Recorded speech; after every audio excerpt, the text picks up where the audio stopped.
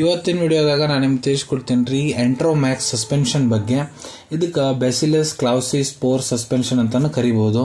ಎಂಟ್ರೋಮ್ಯಾಕ್ಸ್ suspension ಅಂದ್ರೆ ಏನು, ಯಾವ ಸಮಸ್ಯೆ ಇದ್ರೆ ನಿಮ್ಮ ಮಕ್ಕಳಿಗೆ ಡಾಕ್ಟರ್ ಇದನ್ನ ಬರೆದು ಕೊಟ್ಟಿರ್ತಾರೆ, ಇದ್ರದ್ದು ಕಂಪೋಸಿಷನ್ ಏನು, ಯಾವ ಪ್ರಮಾಣದ ಡಾಕ್ಟರ್ ನಿಮ್ಗೆ ಇದನ್ನ ಸೇವನೆ ಮಾಡ್ಲಿಕ್ಕೆ ಹೇಳ್ತಾರೆ, ನಿಮ್ಮ ಮಕ್ಕಳಿಗೆ ಎಷ್ಟು ದಿನದ ಮಟ್ಟ ಇದನ್ನ ನೀವು ಸೇವನೆ ಮಾಡಿಸ್ಬೋದು ಮಕ್ಕಳಿಗೆ, ಇದು ಯಾವ ರೀತಿ ಕೆಲಸ ಮಾಡುತ್ತೆ, ಸೈಡ್ ಎಫೆಕ್ಟ್ಸ್ ಏನು, ಯಾರಿದ್ರ ಉಪಯೋಗ ಮಾಡಕ್ ಹೋಗ್ಬಾರ್ದು, ಮೂಲ್ಯ ಎಷ್ಟು, ಎಲ್ಲಿಂದ ಇದನ್ನು ಖರೀದಿ ಮಾಡಬಹುದು, ಸಂಪೂರ್ಣ ಮಾಹಿತಿ ನಾನು ನಿಮ್ಗೆ ಈ ವಿಡಿಯೋದ ತಿಳಿಸ್ಕೊಡ್ತೀನಿ. ವಿಡಿಯೋ ಸ್ಟಾರ್ಟಿಂಗ್ ನಿಂತ ಎಂಡ್ ತನಕ ಮಿಸ್ ಮಾಡದೆ ನೋಡಿ.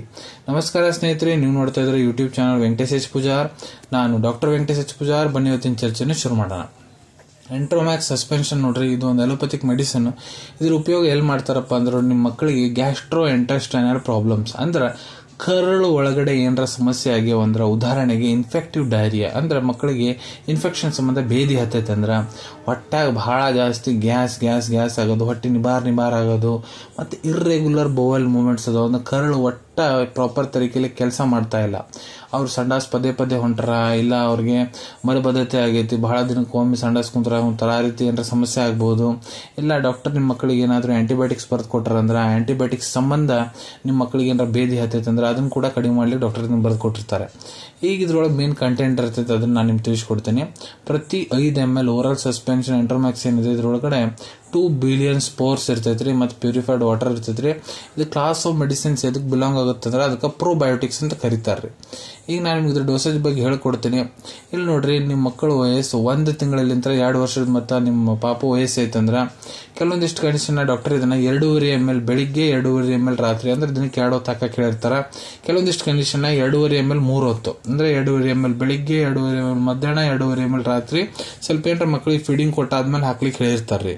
ನಿಮ್ಮ ಮಕ್ಕಳು ವಯಸ್ಸು 2 ವರ್ಷದಿಂದ 10 ವರ್ಷದ ಮಟ್ಟ ಐತಂದ್ರೆ ಅವರಿಗೆ ಕೆಲವೊಂದಿಷ್ಟು ಕಂಡೀಷನ್ 5 ml ಬೆಳಿಗ್ಗೆ, 5 ml ರಾತ್ರಿ, ಕೆಲವೊಂದಿಷ್ಟು ಕಂಡೀಷನ್ 3 ಹೊತ್ತು 5 ml ಬೆಳಿಗ್ಗೆ, 5 ml ಮಧ್ಯಾಹ್ನ, 5 ml ರಾತ್ರಿ, ಊಟ ಆದ್ಮೇಲೆ ಮಕ್ಕಳಿಗೆ ಹಾಕ್ಲಿಕ್ಕೆ ಹೇಳಿರ್ತಾರೆ. ದೊಡ್ಡವ್ರು ಯಾರು ವಯಸ್ಸು 18 ವರ್ಷಕ್ಕಿಂತ ದೊಡ್ಡವ್ರು ಅದಾರ ಅವ್ರಿಗೆ 10 ml ಬೆಳಿಗ್ಗೆ, 10 ml ರಾತ್ರಿ, ಇಲ್ಲ 10 ml ಬೆಳಿಗ್ಗೆ, 10 ml ಮಧ್ಯಾಹ್ನ, 10 ml ರಾತ್ರಿ, ಊಟ ಆದ್ಮೇಲೆ ಸೇವನೆ ಮಾಡ್ಲಿಕ್ಕೆ ಹೇಳಿರ್ತಾರೆ. ಇಲ್ಲ ನಿಮ್ಮ ಟ್ರೀಟಿಂಗ್ ಡಾಕ್ಟರ್ ಹೇಳೋ ಪ್ರಕಾರ ಕೂಡ ನೀವು ಇದ್ರ ಉಪಯೋಗ ಮಾಡಬಹುದು. ಈಗ ಎಷ್ಟು ದಿನದ ಮಟ್ಟ ಇದರ ಸೇವನೆ ಮಾಡಿಸ್ಬೇಕು ಮಕ್ಕಳಿಗೆ, ಸೊ ನೋಡ್ರಿ ಅದು ಡಿಪೆಂಡ್ ಆಗುತ್ತಾ ನಿಮ್ಮ ಪಾಪು ಹೆಲ್ತ್ ಕಂಡೀಷನ್ ಮೇಲೆ ಮತ್ತೆ ನಿಮ್ಮ ಟ್ರೀಟಿಂಗ್ ಡಾಕ್ಟರ್ ಅಡ್ವೈಸ್ ಮೇಲೆ. ಯಾಕಂದ್ರೆ ಡಾಕ್ಟರ್ ಎಲ್ಲ ಪರಿಶೀಲನೆ ಮಾಡಾದ್ಮೇಲೆ ನಿಮ್ಮ ಮಕ್ಕಳಿಗೆ ಏನಾಗೈತಿ ಏನಿಲ್ಲ, ಇದ್ರ ಜೊತೆ ಸಪೋರ್ಟಿವ್ ಮೆಡಿಕೇಶನ್ ಏನು ಕೊಡ ಅಂತಾರ ಅವ್ರು ಅದ್ರ ಮೇಲೆ ಡಿಪೆಂಡ್ ಆಗುತ್ತೆ. ಅದಕ್ಕೆ ಟ್ರೀಟಿಂಗ್ ಡಾಕ್ಟರ್ ಎಷ್ಟು ದಿನ ನಿಮ್ಮ ಮಕ್ಕಳಿಗೆ ಇದನ್ನ ಹಾಕಕ್ಕೆ ಹೇಳ ಅಂತಾರೆ ಅಷ್ಟು ದಿನ ಇದ್ರ ಉಪಯೋಗ ಮಾಡ್ಬೋದ್ರಿ.